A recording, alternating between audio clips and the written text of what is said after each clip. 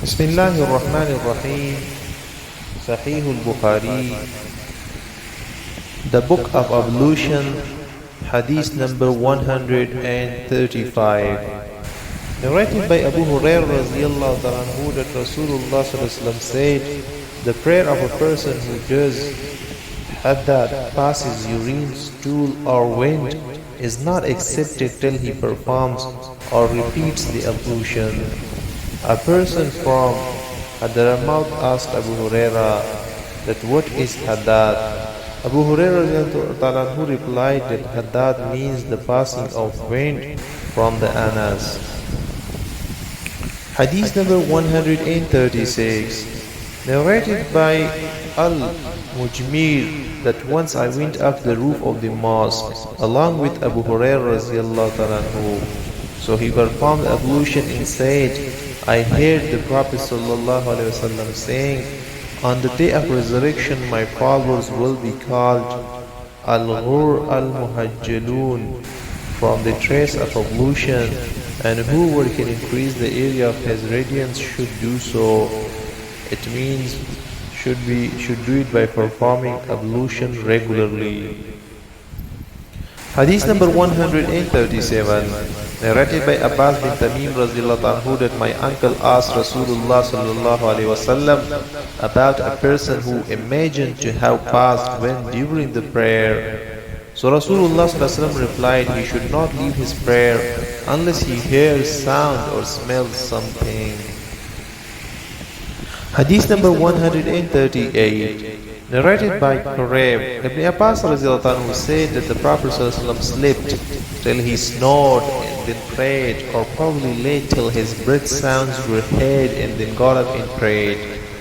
Ibn Abbas radiyallahu added, I stayed overnight in the house of my aunt Maymuna radiyallahu anha. The Prophet ﷺ slept for a part of the night, and late in the night he got up and performed ablution from a hanging water skin, a light perfect ablution, and stood for the prayer.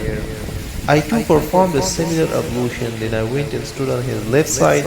He drew me to his right side and prayed as much as Allah wished, and again lay and slept till his breath sounds were heard. Later on the Muazzin, call maker for the prayer, came to him and informed him that it was time for prayer. Then Prophet ﷺ went with him for the prayer without performing a new ablution. Sufyan said to Umar that some people said that the eyes of Rasulullah ﷺ sleep, but his head does not sleep. Amr replied, I heard Ubayd bin Umar saying that the dreams of Prophet ﷺ were divine inspiration, and then he recited the words, I, Abraham, see in a dream, O my son, that I offer you and sacrifice to Allah. Hadith number 139, narrated by Usama bin Zayd, Rasulullah ﷺ proceeded from Arafat till when he reached the mountain pass, he dismounted, urinated, and then performed ablution, but not a perfect one. I said to him, is it the time for the prayer? Then Rasulullah ﷺ said, the place of prayer is ahead of you. He rode till when he reached Al-Muzdalfa, he dismounted and performed ablution in perfect one. The call for Iqamah was pronounced and he led the Maghrib prayer. Then everybody made his camel kneel down at his place. Then the Iqamah was pronounced for the Isha prayer, which the Prophet ﷺ led, and no prayer was offered in between the two prayers, Isha and Maghrib. Hadith number 140, narrated by Ata bin Yasir. Ibn Abbas radiyallahu anhu performed ablution and washed his face in the following way. He ladled out a handful of water, rinsed his mouth and washed his nose with it by putting in water and then blowing it out. He then took another handful of water and did like this, gasping, joining both hands, and washed his face, took another handful of water and washed his right forearm. He again took another handful of water and washed his left forearm, and passed wet hands over his head, and took another handful of water and poured it over his right foot up to his ankles, and washed it thoroughly, and similarly took another handful of water and washed it thoroughly his left foot up to the ankles, and said, I saw Rasulullah performing ablution in this way.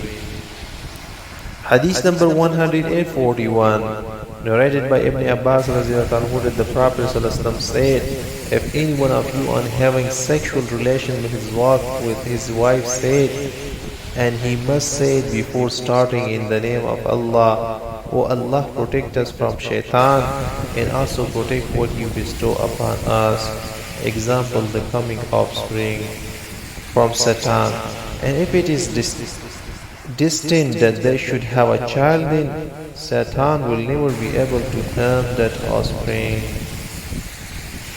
Hadith number 142, narrated by Anas radiallahu anhu, that whenever the Prophet went to answer the call of nature, he used to say, Allahumma inni a'udhu bika min al-khubuthi wal-khaba'ith.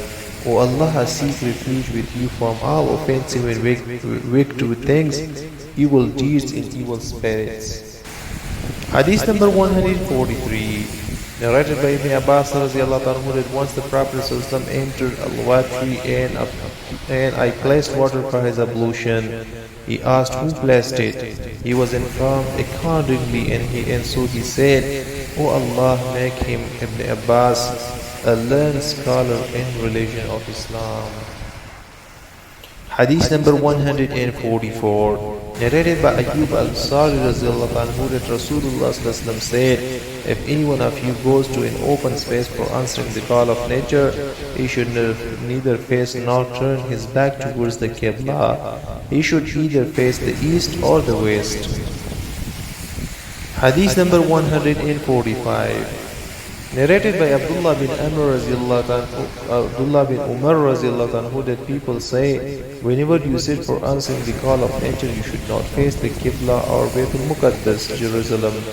I told them, once I went up the roof of our house and I saw Rasulullah answering the call of nature while sitting on two bricks facing Baytul Muqaddas, Jerusalem, but there was a screen covering him.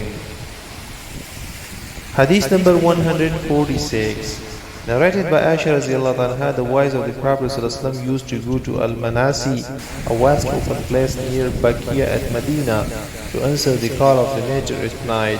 Umar radiallahu anhu used to say to the Prophet that let your wives be veiled, but Rasulullah did not do so. One night Sauda bin Zama, the wife of the Prophet went out at Isha time, and she was a tall lady. Umar addressed her and said, I have recognized you, O Sauda. He said so as he desired eagerly that the verses of Al-Hijab, the observing of rules by the Muslim women, may be revealed. So Allah revealed the verses of Al-Hijab, a complete body cover excluding the eyes. Hadith number 147, Aisha radiallahu anha related that the Prophet said to his wives that you are allowed to go out to answer the call of nature.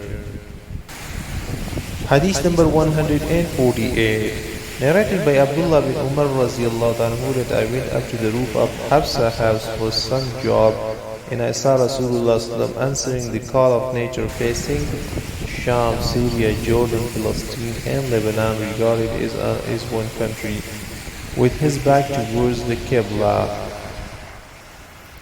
Hadith number 149, narrated by Abdullah bin Umar that once I went up the roof of our house and saw Rasulullah answering the call of nature while sitting over two bricks facing Baytul Muqaddas, Jerusalem. Hadith number 150, narrated by Anas bin Malik radiallahu anhu, that whenever Rasulullah went to answer the call of nature, I, along with another boy, used to accompany him with a tumbler full of water. Hisham commented so that he might wash his private parts with it.